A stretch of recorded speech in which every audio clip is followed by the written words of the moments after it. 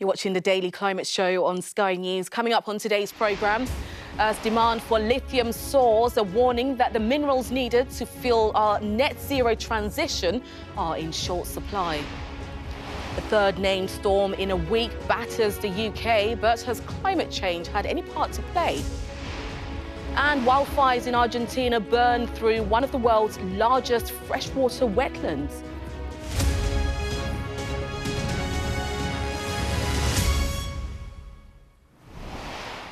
Hello and welcome to the UK's only daily climate news show, where we track the changes happening in our world right now and challenge those coming up with the solutions. Now, we start with a warning that the transition to net zero could be compromised by the ability of the mining industry to keep up with the demand for minerals needed to fuel battery power. It's accepted that moving to electric vehicles is a key part of the plan to reduce carbon emissions, but this requires using minerals like lithium ion, which have their own environmental consequences. Now, by 2035, it's expected that more than half of new passenger vehicles sold worldwide will be electric. But scientists are already facing problems sourcing some of the metals needed for EV batteries, in particular lithium. And although the amount needed varies depending on the car and battery type, of course, a single car lithium-ion pack contains approximately 8 kilograms of lithium. Now, even though the cost of lithium had been going down, it's now on the rise as mining companies struggle to keep up with demand. Now, towards the end of 2021, lithium prices started to soar, and so far the price has continued to rise this year. And there are serious concerns about the lithium extraction process. Now, at the moment, there are two main processes. The first one involves building a mine, extracting the clay or ore, and separating the metal, but it's considered a really carbon-intensive method. Now, the second one is a method used across Latin America, which involves over 2 million litres of water to produce 1 tonne of lithium. Our climate change correspondent, Hannah Thomas-Peter, has spoken to the chief executive of the International Council of Metals and Mineral Mining, and he's issued a stark warning that the global net zero transition will be in jeopardy if the world cannot close the large gap between the supply and demand for the material critical to the green revolution. There is no net zero transition without the metals and minerals needed to power it, absolutely. So if we don't succeed in meeting the world's demand for metals through primary production, through recycling, and through remining existing waste, then I think it is in jeopardy, because the new technologies are so metals intensive. Again, I'll give an example. A traditional car that you might drive takes about 10 kilograms, 15 kilograms of copper. When we all switch to driving electric vehicles, that jumps by 5 times. So each car then uses 5 times as much copper as what we use today. So in the global copper market, at the moment, about 4% of copper demand is made up from the vehicle market. By 2030, that's going to be 12%. So just our demand for electric vehicles is going to drive the demand for copper to such an extent. And it's really hard to build a car without copper. So if we don't fix the demand-supply gaps for metals and minerals, then it's very hard to imagine a net zero transition. I'm thinking about the price of lithium. One analyst said that it was rising at an absurd rate and that it constituted kind of panic buying prices. What is going on there, and what can be done to mitigate the associated risks? So when it comes to lithium, the reason prices have risen is because we can see a quite large mismatch between demand and supply. So we currently produce about 400,000 tons of lithium. By 2030, that's likely to jump to around 2 million tons. And so to close that gap will mean lithium supply having to come on stream really, really quickly at rates we've never had to grow this before. Now, generally, you can get lithium from 2 different sources. You can get lithium from hard rocks, like we mine in Australia, and that's about 2/3 of the global lithium supply. Or you can get it from brines, like we have in Latin America. That's about 1/3 of supply. Now, the challenge here is one process is really carbon intensive, the other process is really water intensive. So to extract lithium from hard rock, to get 1 ton of lithium generates about 15 tons of CO2 as we do so. And then when it comes to the brines, to generate 1 ton of lithium takes about 2 million liters of water to produce 1 ton of lithium. Just to put that in context, that's about the amount of water that a person would use in the UK in 36 years. And so what are we going to do? Well, what we're going to do here, the industry has been innovating. So in addition to these two primary sources of lithium supply today, we're also exploring ways to extract lithium from geothermal brines as well as from clay deposits. That will allow us to overcome some of these challenges that are holding us back. And our climate correspondent, Hannah Thomas-Peter, joins me now. And Hannah, what can be done then to address the amount of these minerals that we need for the batteries for electric power? Well, this is a central issue, as you heard there. Without the right materials to power the green revolution, there is no transition to net zero carbon emissions by 2050.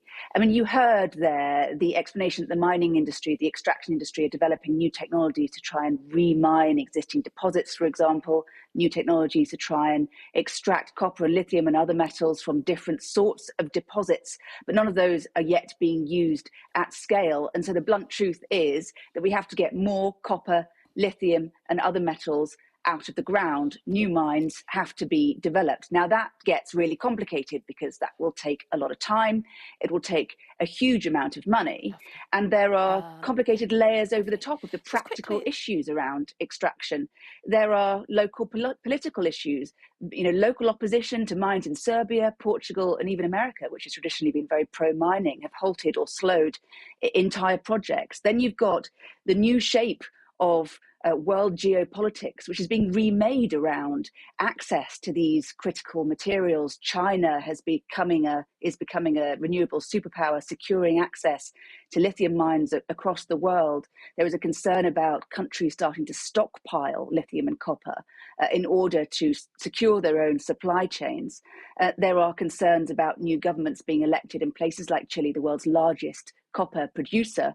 That country has just elected a very hard left leader, who is looking at nationalizing or punitively taxing extraction industries to try and gain maximum value from that country's natural resources. But that creates an uncertain business environment. Where will all that investment go? Will it stay in Chile? And then, of course, on top of all of those layers, you've got the rightly rising environmental and social standards for extraction. What are all these big mines going to do about the incredibly carbon and sometimes water-intensive process for extracting these critical metals and minerals? And how are they going to guarantee that human rights aren't violated and that local communities and countries get their fair share of natural resources that are needed globally for this huge transition? So these big companies that haven't engendered an awful lot of trust because of historical issues with the environmental and social harm done with extraction, they've got a lot of questions to answer, and so do governments, if the transition to net zero carbon emissions within the coming decades is going to be a successful one. Absolutely. Hannah, thank you. Now, Storm Franklin, the third named storm to hit the UK in a week, has seen rivers bursting their banks, properties evacuated, and tens of thousands of homes left without power. Now, while climate scientists say that extreme weather events cannot be linked directly to the climate crisis, many believe that the impact of storms like these is increasing as global temperatures rise. Our correspondent Inzaman Rashid has this update. So let's try and give you a sense of what the situation is like here in Manchester. We've seen severe flooding over the last 24 hours or so, particularly Sunday evening into early Monday morning. This is a playing fields behind us, you can see, completely flooded. That's as a result of the Mersey River bursting its banks. That recorded some of the highest levels of flooding ever on record. Now, we know there were 2 severe flood warnings issued by the Environment Agency on Sunday evening. That meant that there was a danger to life, and 70 homes in the area were evacuated as a result. Those people are now back in their homes, and the water levels have reduced significantly. On Monday morning, those severe warnings were removed by the Environment Agency. But we can have a look here. The river's still flowing incredibly quickly, and there's a lot of debris caught up by the bridge as well. We know a lot of trees have been knocked over because of the severe winds that we've been having as well. So this is still a concern for the Environment Agency. But why is all this happening, in particular flooding? There's still a lot of questions around that, and scientists never really necessarily draw an immediate and direct connection between the severe weather that we've been having and climate change, but they are becoming increasingly confident that climate change is absolutely responsible for this sort of weather, particularly flooding, and this globally as well. There is a general pattern of increasingly frequent, increasingly severe weather events. Why is that?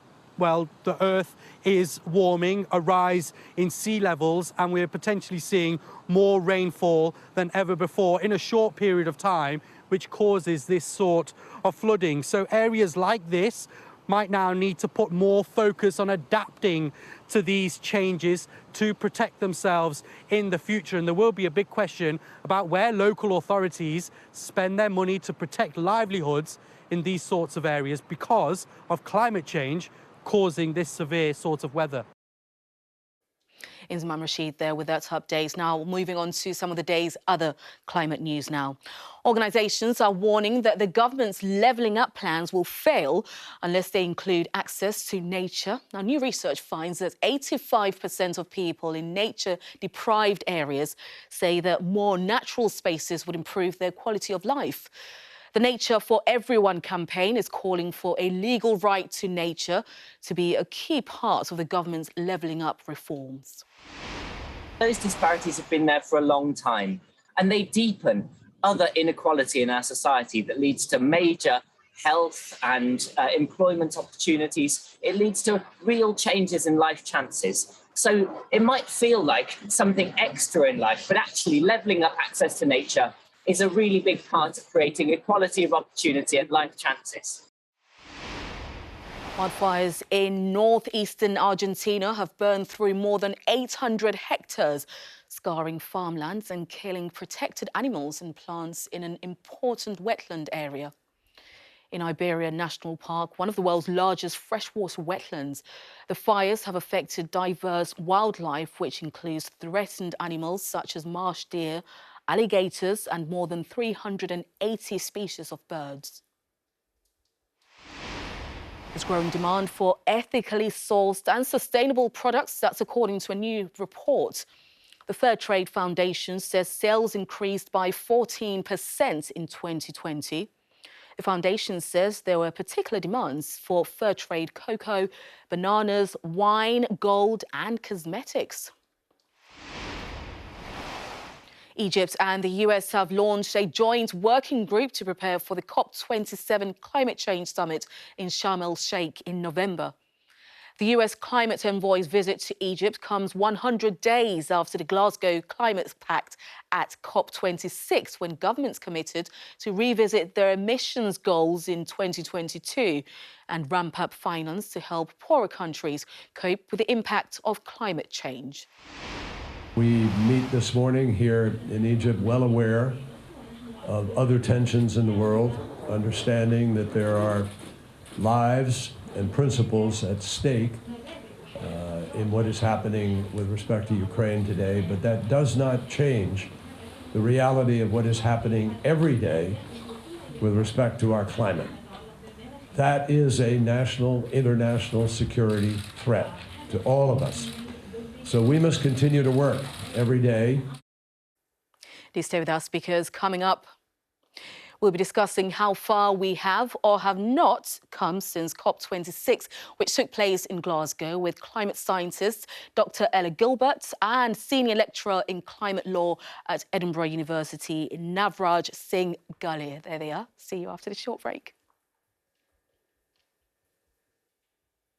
Hello and welcome back to the Daily Climate Show here on Sky News. And we're getting straight to discussing the climate issues of the day with climate and polar scientist Dr. Ella Gilbert and senior lecturer in climate law at Edinburgh University, Navraj Singh Gali. And there they are. We'll be getting to them in just a few minutes. But first, though, in the last week, tens of thousands of homes have been left without power. The transport network has faced major disruption and dozens of homes have been evacuated as there have been storms which, of course, have been lashing the UK. Storms Dudley Storm Eunice, and of course, Storm Franklin. Well, there they are now. Let me just throw the first question then to you then, Ella. Now, while we can't attribute, of course, every particular storm to climate change, what role do you think, though, that they play in terms of their frequency and intensity? Well, there's actually fairly limited evidence that climate change is making storms like Dudley, Eunice, or Franklin more intense or more frequent. What we do know, though, is that climate change is increasing the severity of the impacts that are associated with those storms. So, for example, we see more intense rainfall and snowfall in some cases as the climate warms. And also, because we've got rising sea levels, it means that we get more intense storm surges that can reach further up the coast. It means that if we do get those intensive rainfall periods, then you can get more inland flooding as rivers burst their banks and things like this, and that the effects of these storms can be more keenly felt. And Navraj, what's your view on this then, the current situation that we're facing? We're seeing, 3 storms in a matter of a week. Yeah, I mean, I think as was just said, I mean, there are some physical impacts such as sea level rise or ocean acidification, which can be attributed to climate change with anthropogenic climate change with a high degree of confidence. But the sorts of events we're seeing it's much harder to link any given emission to any particular outcome. But there's a lot of work being done to try and connect those dots, but I think we're clearly not quite there yet. And in terms of not being there quite yet, actually, this actually looks at our whole infrastructure. And I'll come to you there, Ella. Is there something that we need to be doing to prepare for storms like these? Because every time it happens, we're seeing the problems that people are facing with the lack of power, and it goes on for ages, for days sometimes. Absolutely, and my heart really goes out to anyone who's been really impacted negatively by these storms. I think we need to increase the amount of action and work that we're putting into actually preparing for these sorts of events, because extreme events generally, not just storms, but flooding, droughts, heat waves, all of these kinds of extremes are going to become more frequent and more intense when they do occur as the climate warms. This problem isn't going away anywhere anytime soon, and we really need to do everything that we can, not only to mitigate, to prevent the problem becoming even worse, but also to really adapt to the changes that are already inevitable. And Navraj, what's the solution here? What do we need to be doing in order to prepare for storms like these? There's a need for a much greater policy focus on adaptation. I think Ella put it quite nicely when she talked about the difference between mitigation and adaptation. A lot of policy and in this space is really about reducing our emissions. We're now at the stage where we just can't reduce our emissions quickly enough. We are going to be living with we are living and will continue to live with a degree of climate change. We need to respond to that, and there's a whole raft of actions which need to be taken. Part of the problem is twofold here. On the one hand, adaptation tends to be highly localized. It's not something that central government can readily undertake. Riverbank strengthening or floodplain protection and so on. The flip side to that is that local governments in this country and in most other jurisdictions are not as well funded or coordinated as central government. So there's both a problem, a capacity problem, and a technical problem there. All right, thank you both very much for the moment. But now it's 100 days. Would you believe it? Time moves so quickly since the nation's promised to take serious steps to try to stop global temperatures rising by more than 1.5 degrees. There were a lot of pledges that were made at COP26. All eyes were on the UK. But there seems to be a real lack of momentum there, doesn't there? We're not seeing much of the evidence of those pledges that were made actually coming to fruition. And here on the Daily Climate Show, we actually spoke to the president of Palau just a couple of weeks ago, and he told us here that their existence is threatened daily.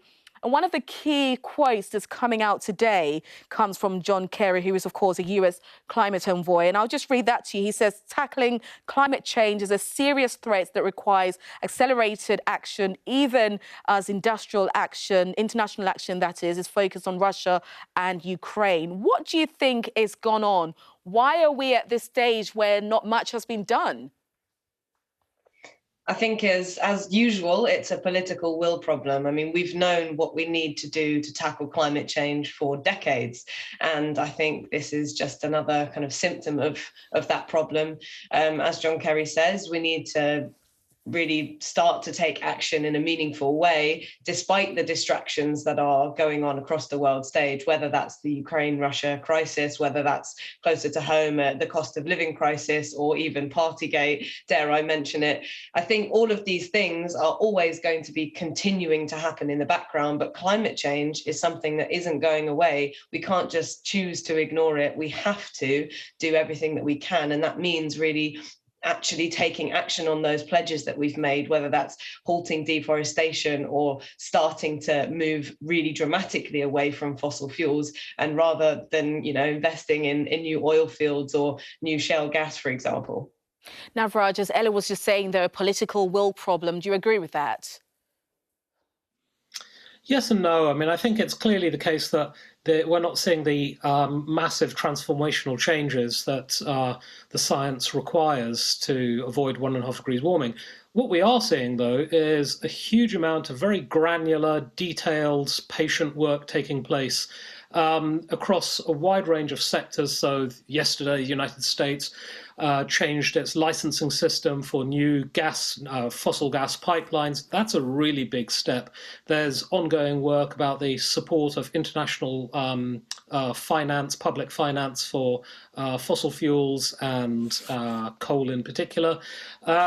This is stuff which was, completely off the agenda even as recently as 2 or 3 years ago. It's now happening, or in some cases already happened. It's all, it's relatively low salience. It's not picked up, but it is happening. Is it happening fast enough? No. Could we have imagined that even this would be happening recently? Not at all. So I'm very much a glass half full on this issue. Not all issues, but this one. No, Rose, thank you very much. And this leads me on to my next point there, Ella, because part of the criticism that came out of the COP26 summit was that there were just too many words and not enough action, as I said. So what should we be doing then to monitor those pledges that those governments made? How do we monitor those changes that they actually make? I think that's a really challenging issue, and it's something that is, or has at least been, kind of lacking in the historical trajectory, just because there isn't some kind of centralized body necessarily that has the authority to really hold nations to account. I think in the sense that we can all hold our leaders to account. The public can play a really important role, and we can continue to demand that our leaders and everyone in power, whether that's from government to business to all the other kind of organizations across society, are making those sorts of changes that we want to see to create the society that we want to see. Well, climate and polar scientist Dr. Ella Gilbert and senior lecturer in climate law at Edinburgh University, Navrag Singh Gali, grateful for your time. Thank you. Thank you. Well, do join us tomorrow, because we'll be joined by hosts of Climate Curious podcast, Narayam Pesha, and the executive director of energy and climate policy think tank Climate Imperative, Bruce Niles. And that is it from me. Thank you very much indeed for your company. I hope you can join me again tomorrow. See you then.